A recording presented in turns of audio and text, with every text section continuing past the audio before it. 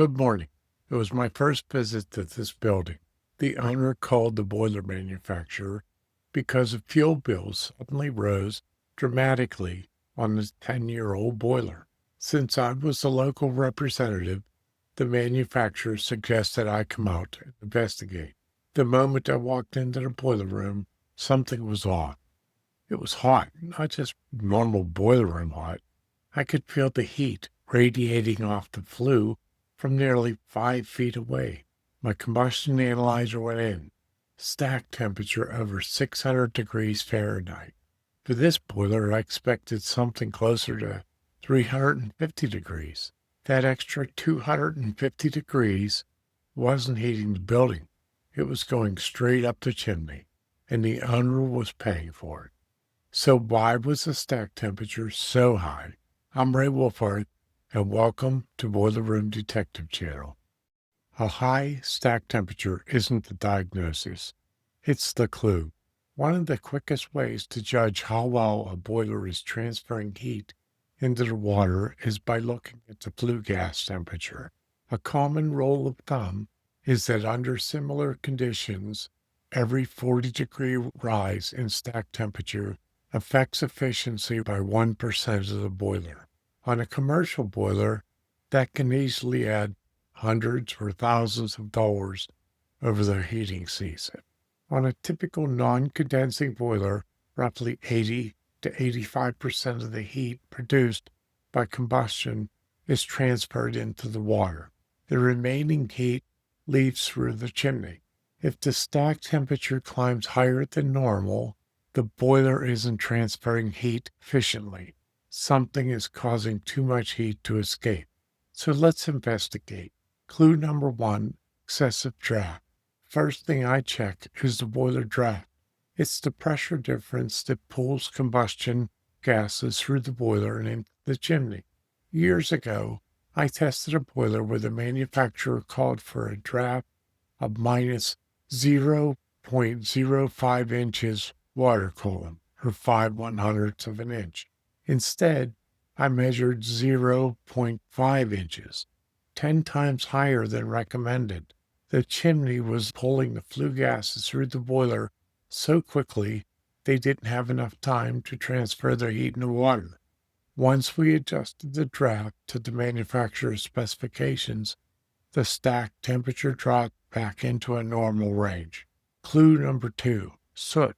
Excessive draft is common, but it's not the only suspect. A burner that's out of adjustment can produce soot.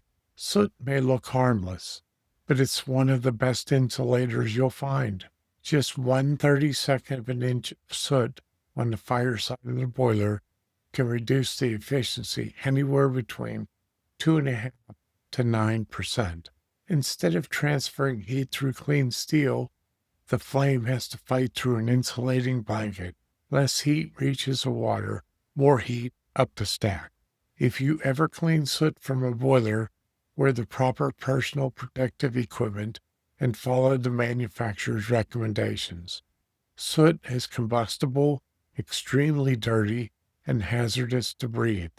And remember, cleaning the soot without fixing the combustion problem simply means you'll be back doing it again soon. Clue number 3, scale. While soot is a fireside problem, scale is a waterside problem. Minerals dissolved in water eventually form scale on the heat transfer surfaces, usually on the hottest surfaces. Just 1/32 of an inch of scale can reduce boiler efficiency by approximately 2 to 5%. Calcium carbonate scale reduces heat transfer dramatically. Silica scale is even worse. Unlike soot, removing scale usually isn't easy. That's why proper boiler treatment is one of the best investments a boiler owner can make. Clue number 4, overfiring. Sometimes the burner is simply firing harder than the boiler was designed for. When that happens, the combustion gases travel through the boiler too quickly.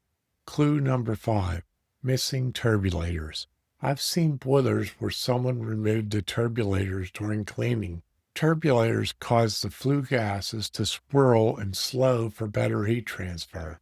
Without them, the boiler still works. It just works expensively. This was the cause of the high flue gases in my opening story, the detective's checklist.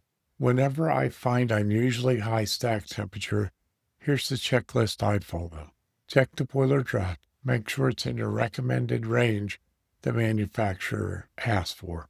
Compare today's combustion reading with previous reports. Verify the firing rate matches the boiler. Measure oxygen, carbon monoxide, draft, and stack temperature. Inspect the fireside for soot. Determine whether waterside scale may be present.